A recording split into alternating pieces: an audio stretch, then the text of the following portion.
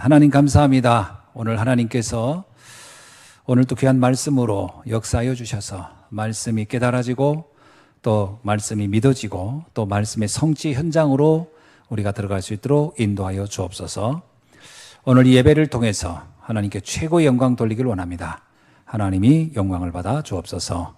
예수 그리스도의 이름으로 기도하옵나이다. 아멘. 우리가 하나님의 언약과 나에 대한 하나님의 언약은 좀 다르다고 봐야 됩니다. 예를 들어서 하나님의 언약은 뭐냐?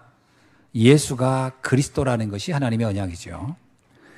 왜냐하면 모든 인생 문제의 해답이면서 결론이기 때문에 그렇습니다. 그래서 그 결론은 우리가 영생을 얻는 구원에 이르는 것이죠.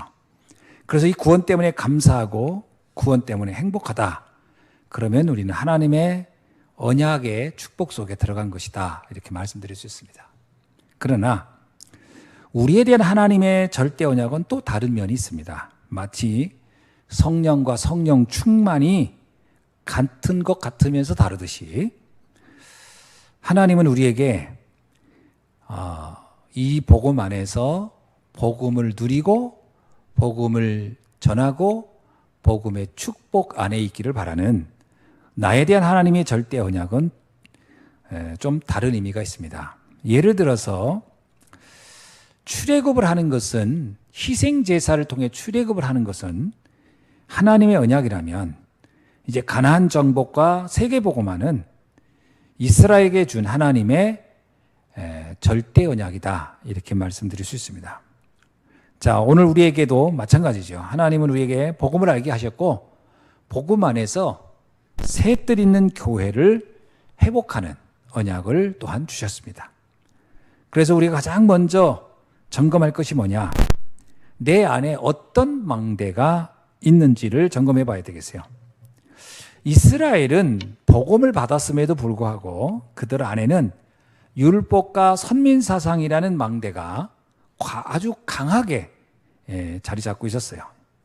이것 때문에 그들은 7번의 큰 재앙을 받았음에도 불구하고 그들은 하나님의 언약도 잘 몰랐고 그들에 대한 하나님의 절대 언약도 잘 보지 못했습니다. 이처럼 잘못된 망대를 가지고 있으면 눈이 가려져서 정확한 것을 볼 수 없어요. 그래서 예수님께서도 공생애를 시작하면서 처음으로 주신 메시지가 뭐냐? 바로 이 틀린 망대를 무너뜨리기 위해서 메시지를 처음부터 하셨습니다. 그것이 마태복음 5장에 있는 복의 개념을 바꿔주는 것부터 지금까지 그때 당시 사람들이 알고 있던 그 복이 진정한 복이 아니고 다른 하나님이 우리에게 원하는 복이 따로 있다는 것을 말씀해 주셨죠. 그래서 우리는 이 말씀 안에서 하나님의 정확한 언약을 발견하는 것이 가장 중요한 줄로 믿습니다. 자, 오늘 본문은 무리를 걸으신 예수님에 관한 얘기입니다. 보통 인간은 무리를 걸을 수 없어요. 자연 법칙으로 보면 이것은 거의 불가능한 일이죠. 그런데 어떻게 예수님은 이 자연 법칙을 거스리며 어쩌면 이 자연 법칙과는 상관없이 주님은 무리를 걸었을까? 이것은 예수님께서 일반적인 인간과 다르다는 걸 말씀해 주시는 것과 더불어 그 예수님이 바로 만물을 지배하고 다스리는 분임을 알게 해준 거지요. 오늘날 전 세계에 가장 강하게 영향을 주는 것이 특히 교회에 가장 큰 영향을 주는 것이 자유신학에 대한 이론입니다. 이 자유주의 신학의 가장 중요한 내용은 성서를 역사적 관점으로 해석하거나 이성적인 관점으로만 해석하는 경우죠.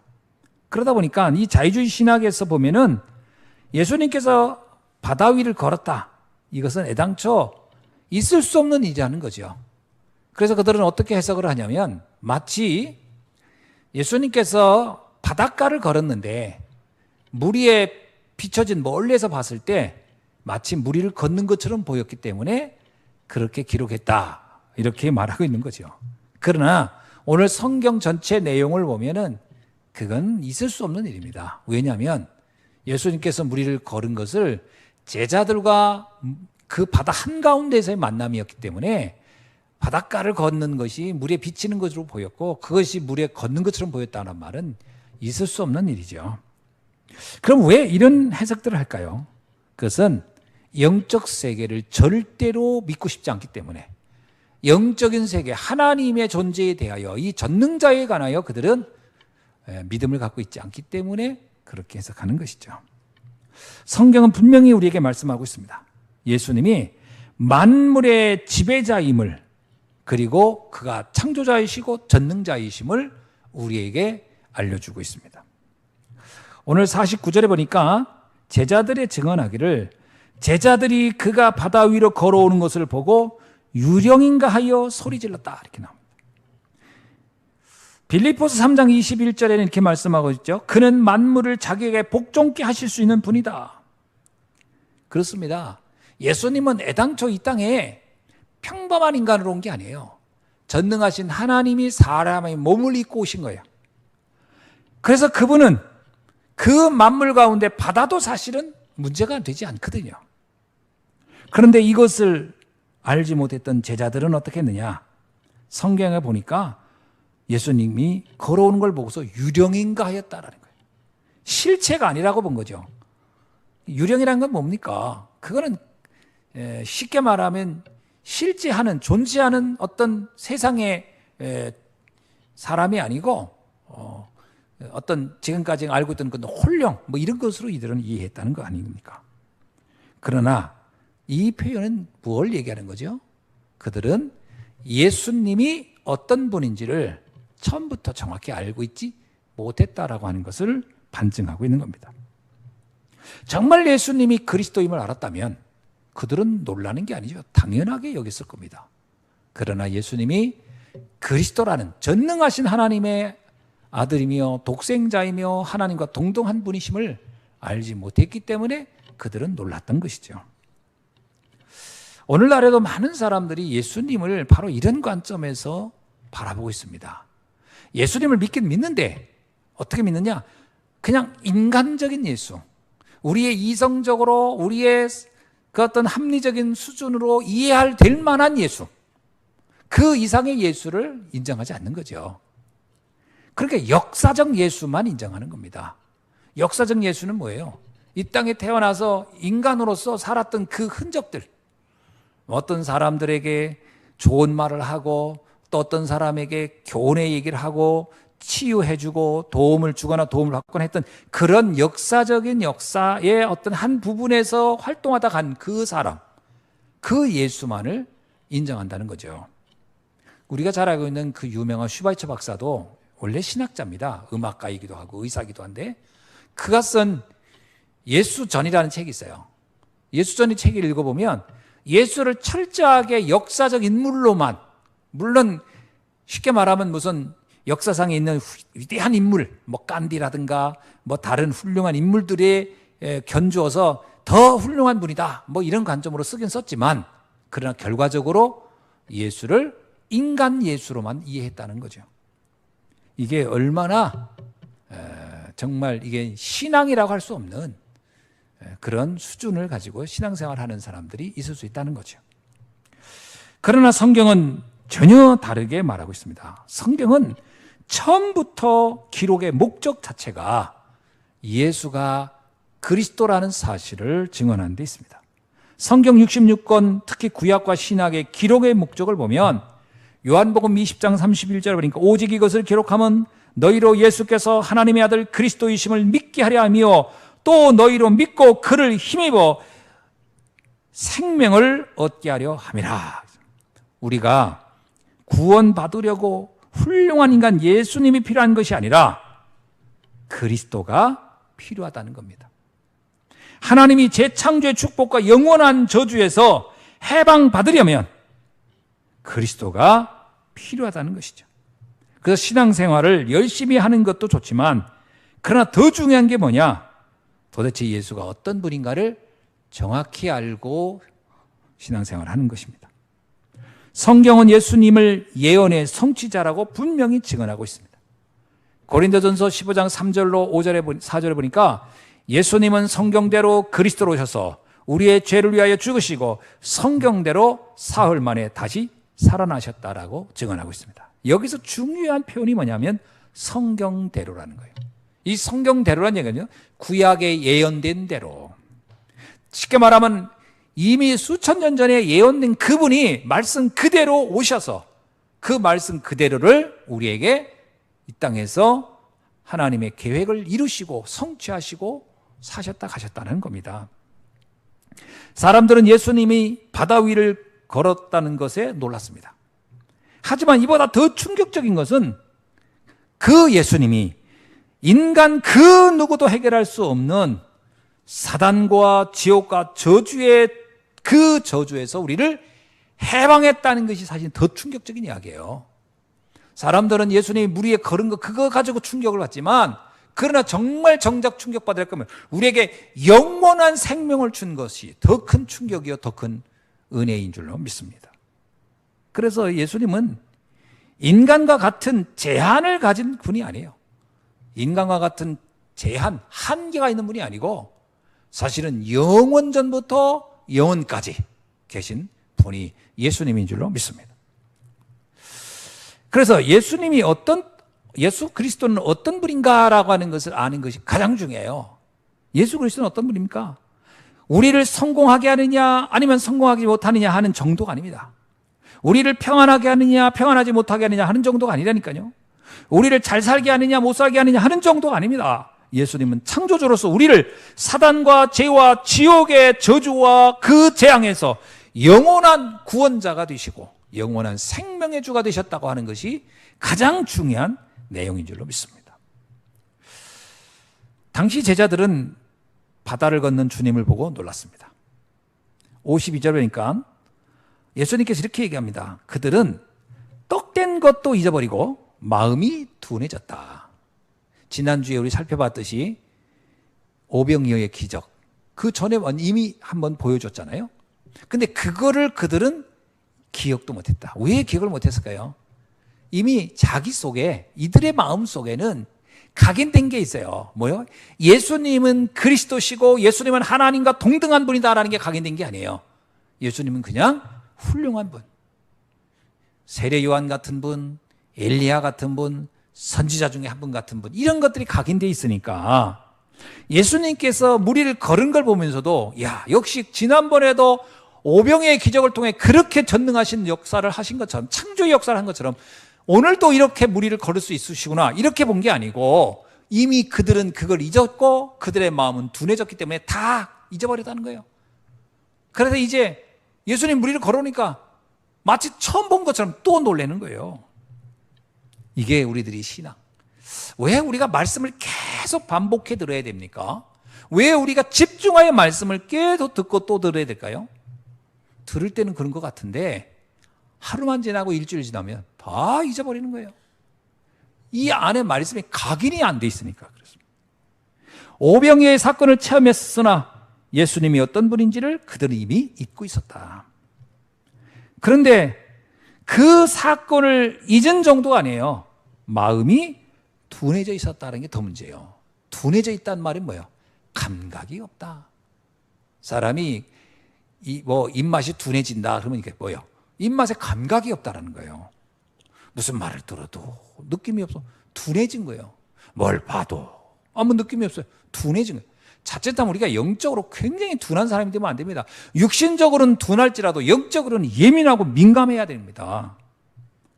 그런데 이렇게 둔해지는 것은 자신도 모르게 되는 거예요.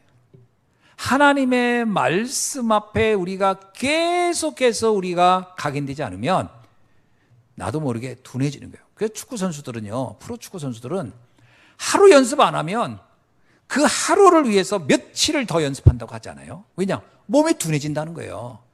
정말 프로들, 예민하게 그 몸을 쓰는 사람들은 하루만 쉬어도 몸이 안다는 거예요. 금방 둔해진다는 거예요. 우리도 마찬가지 아닙니까? 뭘 하다가 잠깐 쉬면요, 그게 금방 이게 둔해지는 거예요. 누가 그러잖아요. 뭔가를 어떤 수준까지 이르는 것은 굉장히 오래 걸리나 그것을 무너지는 건 순간이라고. 이게 둔해지는 거예요. 그래서 오늘 또 우리는 말씀으로 다시 한번 우리의 영적인 상태를 더욱 예민하게 또 우리가 더 강하게 강인시키는 귀한 축복의 날이 된 줄로 믿습니다. 사실은 체험이 사실은 필요했던 건 아니에요. 예수님께서 왜 일부러 무리를 걸었을까요? 굳이 무리를 걸어오지 않고 제자들하고 같이 배를 타고 가서도 되는데 왜 예수님은 제자들을 먼저 보내고 나중에 그 무리를 걸어왔을까? 제가 보기엔요, 의도한 겁니다. 뭘 의도했죠? 제자들에게 내가 누군가인가, 내가 누구인지를 각인시키기 위해서, 다시 말하면 내가 그냥 너희들이 생각하는 그 평범한 사람이 아니야.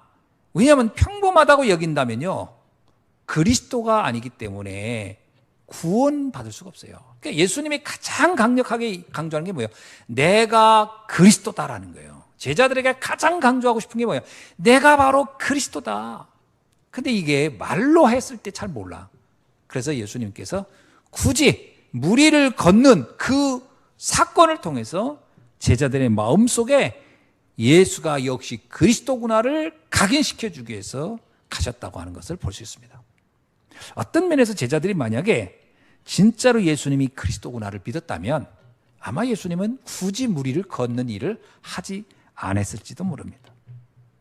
그래서 오늘 우리가 어떤 의미에서 신앙생활을 할 때 어떤 신비한 체험을 한다, 예를 들면서 방언을 한다, 어떤 기적 같은 일을 경험한다, 그게 어떤 의미에서 좋은 게 아닙니다. 그 예수님이 그러잖아요. 나를 체험하고 어떤 기적과 이적을 보고 믿는 것보다 나를 보지 않고 믿는 것이 더 복되다. 그렇습니다. 말씀 자체만 가지고 믿을 수 있다면 최고의 믿음인 줄로 믿습니다. 그렇다면 어떤 의미에서요, 오늘 여기 계신 우리 성도님들 중에 나는 이런 체험이 있었습니다, 저는 이런 기적이 있었습니다, 그게 없다면, 그게 없는데도 예수님이 좀 믿어진다면 사실은 가장 좋은 믿음을 소유한 사람이라고 확신해도 맞는 줄로 믿습니다. 그래서 어떤 의미에서 가장 좋은 신앙은 말씀만 가지고 믿음을 갖는 거죠. 그래서 요한복음 11장 40절에 뭐라고 있어요? 예수께서 이르시되 내 말을 네가 믿으면 하나님의 영광을 보리라. 그랬습니다.